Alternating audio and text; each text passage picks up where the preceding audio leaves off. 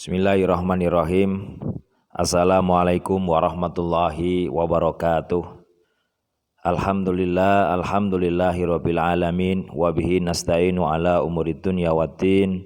Wassalatu wassalamu ala asrofil anbiya'i wal mursalin sayyidina wa maulana Muhammad, amma ba'du. Pertama-tama marilah kita panjatkan puji syukur kehadirat Allah Subhanahu wa taala yang telah melimpahkan rahmatnya kepada kita semua sehingga kita masih diberi kesehatan oleh Allah Subhanahu wa taala. Walaupun pembelajaran kita sekarang via virtual atau via online. Kedua kalinya sholawat dan salam semoga tetap tercurahkan kepada junjungan kita Nabi besar Muhammad sallallahu alaihi wasallam yang telah membawa umat manusia dari zaman kebodohan, zaman jahiliyah menuju zaman yang terang benderang yang disinari oleh ilmu, iman dan Islam seperti yang kita rasakan pada saat ini. Anak-anakku sekalian, dalam kesempatan pembelajaran kali ini, walaupun di masa pandemi yang sekarang kita rasakan pada saat ini, semoga kita semuanya selalu dijaga oleh Allah, diberi kesehatan baik diri kita maupun seluruh keluarga kita. Amin Allahumma amin. Baik anak-anakku sekalian, di pertemuan yang pertama kali ini, karena sekarang pembelajaran kita daring atau dalam jaringan. Nah, di sini Bapak akan membagikan konten video kepada kalian semuanya. Untuk yang pertama yang kita pelajari, silakan dilihat di situ, dalam bukunya juga sudah ada. Bab pertama yang kita pelajari tentang meyakini kitab-kitab Allah, mencintai Al-Qur'an.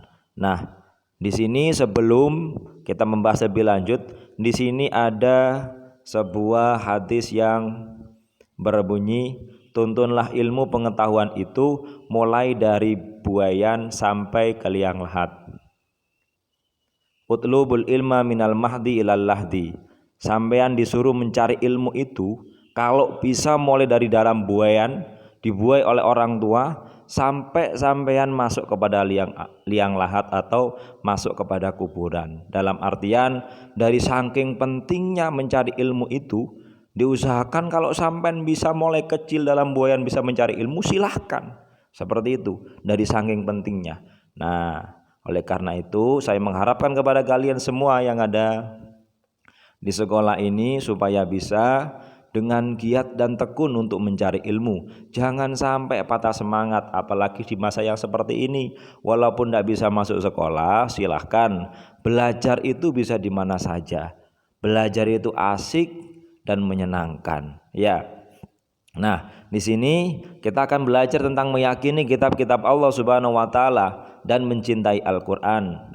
Nah, peta konsep yang kita pelajari saat ini, di sini ada meyakini kitab-kitab Allah, mencintai Al-Qur'an. Nah, kitab Allah itu dibagi, yang diturunkan oleh Allah dibagi menjadi 4. Yang pertama ada kitab Taurat, ada kitab Zabur, ada kitab Injil, dan yang terakhir yaitu kitab Al-Qur'anul Karim.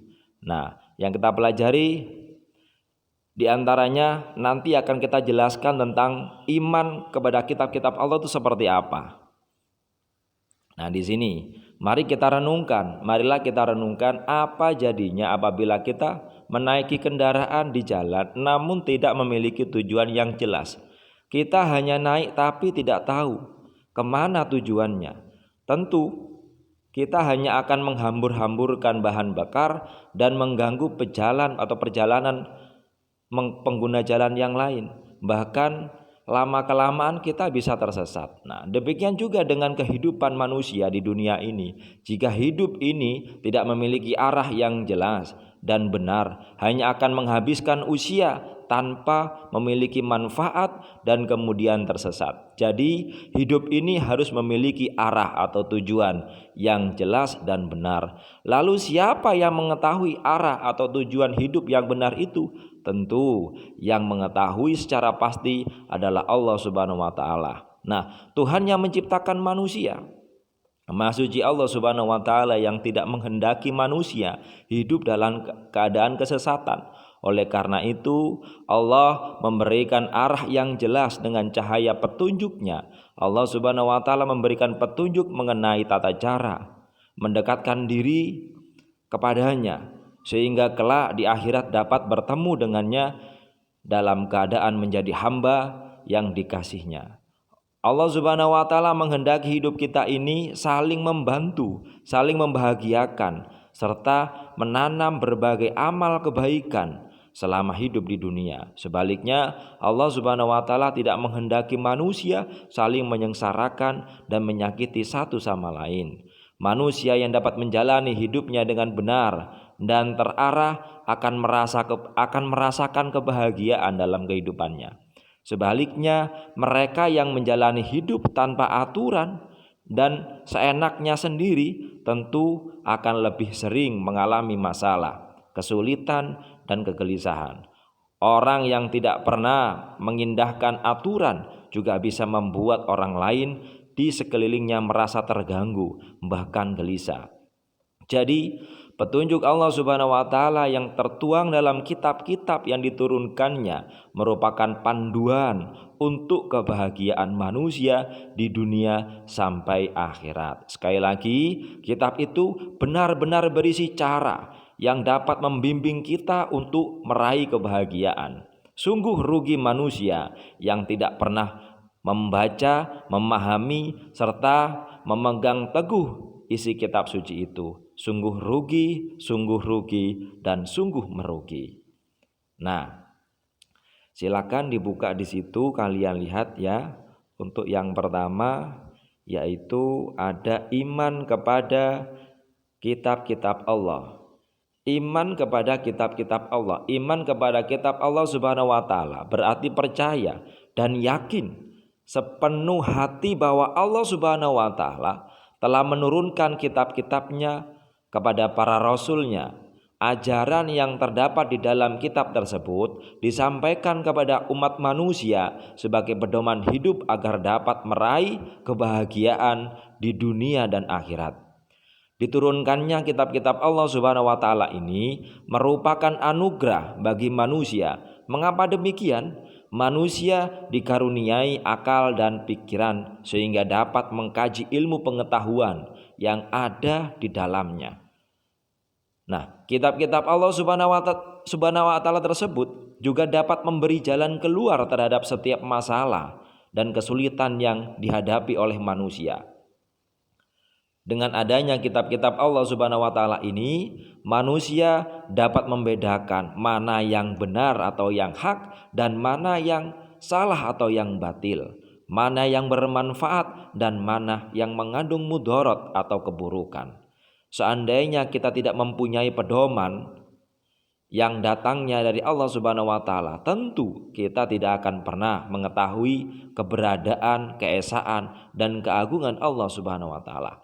Demikian juga dengan orang-orang terdahulu, mereka mendapatkan informasi mengenai keesaan Allah Subhanahu wa taala melalui kitab Allah Subhanahu wa taala tersebut.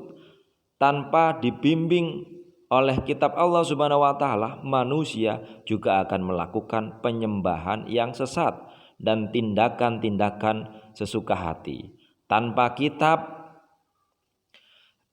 kitab Allah Subhanahu wa taala sudah pasti akan membuat manusia berada dalam kegelapan. Ibarat seseorang yang sedang berjalan, manusia berjalan tanpa mengetahui arah dan tidak mempunyai tujuan. Jika demikian, apa yang akan terjadi? Tentu perjalanan hidup ini akan terasa lebih berat dan tersesat. Untuk lebih memahami hal tersebut, perhatikan firman Allah dalam Al-Quran surat Al-Ma'idah ayat 16 berikut ini. Bismillahirrahmanirrahim. Yahdi bihillahu manittaba'a ridwanahu subulas salami yuhrijuhum minadh-dhulumati ilan nur. Minadh-dhulumati ilan nuri bi'idnihi wa yahdihim ila siratim mustaqim.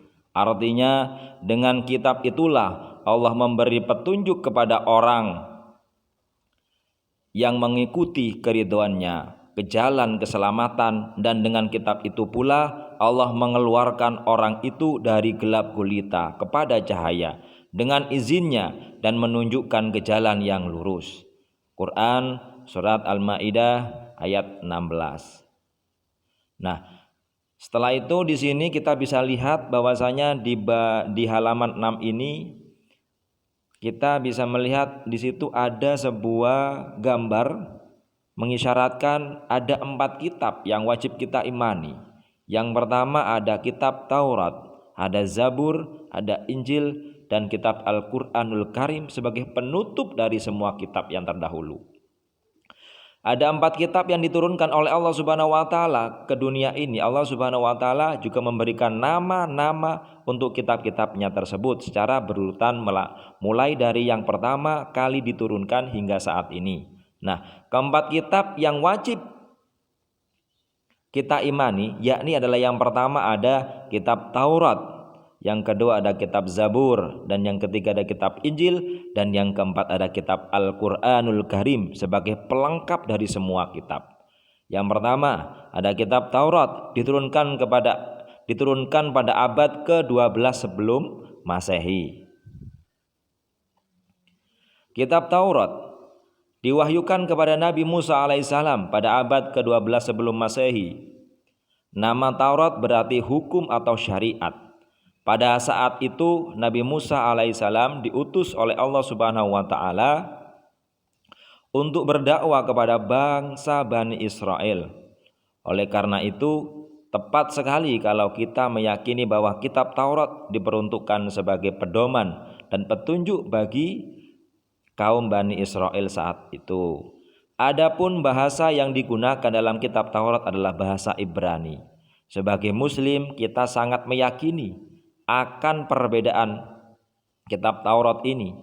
Kita meyakini akan keberadaan kitab Taurat ini. Kita meyakini bahwa kitab Taurat benar-benar wahyu dari Allah Subhanahu wa taala. Keyakinan ini diperkuat oleh keterangan yang ada di dalam Al-Quran. Salah satunya adalah yang tertuang dalam firman Allah Subhanahu wa taala dalam Quran surat Al-Mu'minun ayat 49 berikut ini. Bismillahirrahmanirrahim.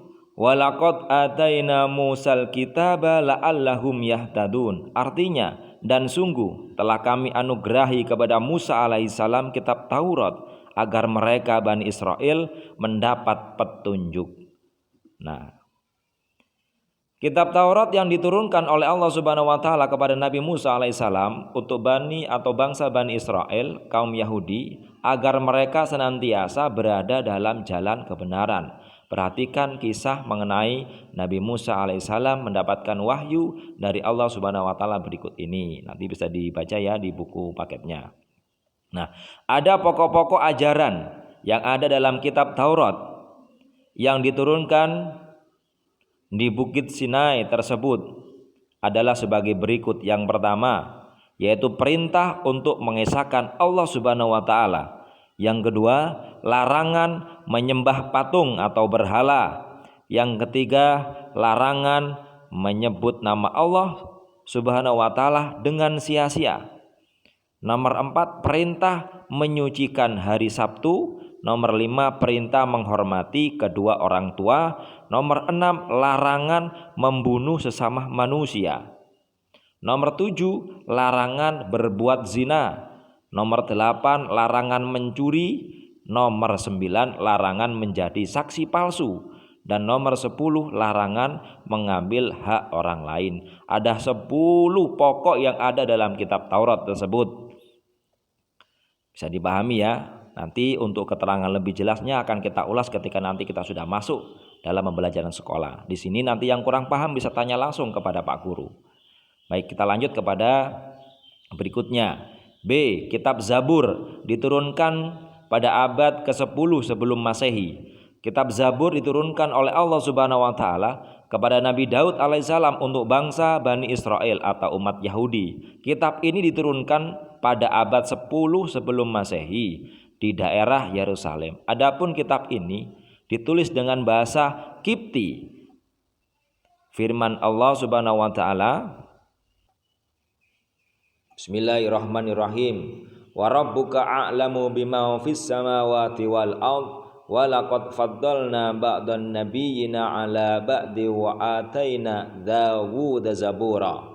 Artinya, dan Tuhanmu lebih mengetahui siapa yang di langit dan di bumi, dan sungguh kami telah memberikan kelebihan kepada sebagian nabi-nabi atas sebagian yang lain, dan kami berikan Zabur kepada Daud alaihissalam. Quran surat Al-Isra ayat 55. Yang berikutnya yaitu kitab Injil, diturunkan pada abad ke-1 Masehi. Kitab Injil diturunkan kepada Nabi Isa alaihissalam pada permulaan abad 1 Masehi. Kitab Injil diwahyukan di daerah Yerusalem. Kitab ini ditulis pada awalnya dengan menggunakan bahasa Suryani. Kitab ini menjadi pedoman bagi kaum Nabi Isa alaihissalam, yakni kaum Nasrani. Firman Allah Subhanahu wa taala, Bismillahirrahmanirrahim. Qala inni Abdullah ataniyal kitab wa ja'alani nabiyya. Artinya, dia Isa berkata, sungguhnya aku hamba Allah Subhanahu wa taala. Dia memberiku kitab Injil dan dia menjadikan aku seorang nabi. Quran surat Maryam ayat ke-30. Kitab Injil berisi ajaran pokok yang sama dengan kitab-kitab sebelumnya. Namun ada yang menghapus sebagian ajaran kitab Taurat yang sudah tidak sesuai dengan zaman itu. Secara umum, kitab Injil berisi tentang yang pertama, perintah untuk kembali mengesahkan Allah Subhanahu wa taala. Yang kedua, membenarkan keberadaan kitab Taurat. Dan yang ketiga, menghapus beberapa hukum dalam kitab Taurat yang tidak lagi sesuai dengan perkembangan zaman. Nomor 4, menjelaskan bahwa kelak akan datang kembali Rasul setelah Nabi Isa alaihissalam, yaitu Nabi Muhammad SAW. Di samping ada di kitab Injil, penjelasan ini juga terdapat dalam kitab Taurat. Kitab Injil menjadi pedoman bagi para pengikut agama Nasrani agar melaksanakan hukum-hukum Allah Subhanahu wa taala yang dibawa oleh Nabi Isa alaihissalam. Nabi Isa alaihissalam mengajarkan agar kaumnya taat kepada hukum-hukum Allah dan tidak terlena dengan gemerlap harta dan dunia. Perhatikan kisah yang menarik berikut ini. Silakan untuk kisahnya bisa dibaca nanti di buku paketnya ya. Yang terakhir yaitu kitab Al-Quranul Karim, diturunkan pada abad ke-7 Masehi. Kurun waktu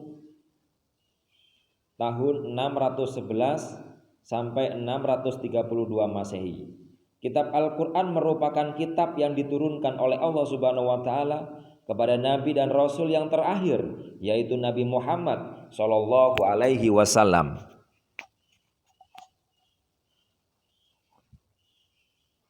Kitab suci Al-Quran diturunkan oleh Allah Subhanahu wa taala sebagai penyempurna dan membenarkan kitab-kitab sebelumnya.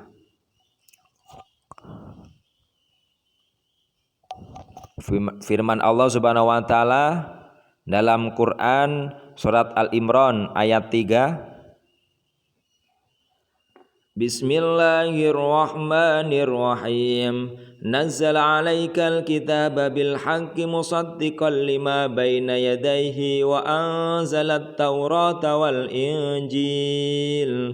Artinya, dia menurunkan kitab Al-Quran kepadamu Muhammad yang mengandung kebenaran, membenarkan kitab-kitab sebelumnya dan menurunkan Taurat dan Injil. Quran surat Ali Imran ayat 3. Perhatikan kisah Nabi Muhammad SAW saat menerima wahyu yang pertama berikut ini. Nanti bisa dibaca. Nah, kita lanjut ke bawahnya. Setelah wahyu pertama yang diturunkan di Gua Hira tersebut, turunlah wahyu-wahyu berikutnya sampai seluruhnya diturunkan oleh Allah Subhanahu wa taala. Secara umum, pokok-pokok ajaran yang terkandung dalam Al-Quran adalah yang pertama, akidah, keyakinan, yaitu hal-hal yang berkaitan dengan keyakinan, seperti mengesahkan Allah Subhanahu wa taala dan meyakini malaikat-malaikat Allah Subhanahu wa taala. Yang kedua, akhlak atau budi pekerti, yaitu berkaitan dengan pembinaan akhlak mulia dan menghindari akhlak tercela. Yang ketiga ada ibadah. yakni yang berkaitan dengan tata cara beribadah seperti sholat, zakat, dan ibadah yang lainnya. Yang keempat ada muamalah, yakni berkaitan dengan tata cara berhubungan kepada sesama manusia. Dan yang nomor 5 adalah tarikh atau sejarah, yaitu kisah orang-orang dan umat terdahulu. Nah, kitab Allah Subhanahu wa taala sebagai petunjuk bagi manusia. Nah, untuk yang ini nanti kita lanjut di pertemuan berikutnya. Untuk saat ini pertemuan yang sekarang cukup dulu sampai di sini. Kurang lebihnya mohon maaf. Semoga kita semuanya selalu dalam lindungan Allah Subhanahu wa taala. Di pertemuan berikutnya nanti kita akan membahas tentang kitab Allah Subhanahu wa taala sebagai petunjuk bagi manusia. Terima kasih, saya akhiri. Wassalamualaikum warahmatullahi wabarakatuh.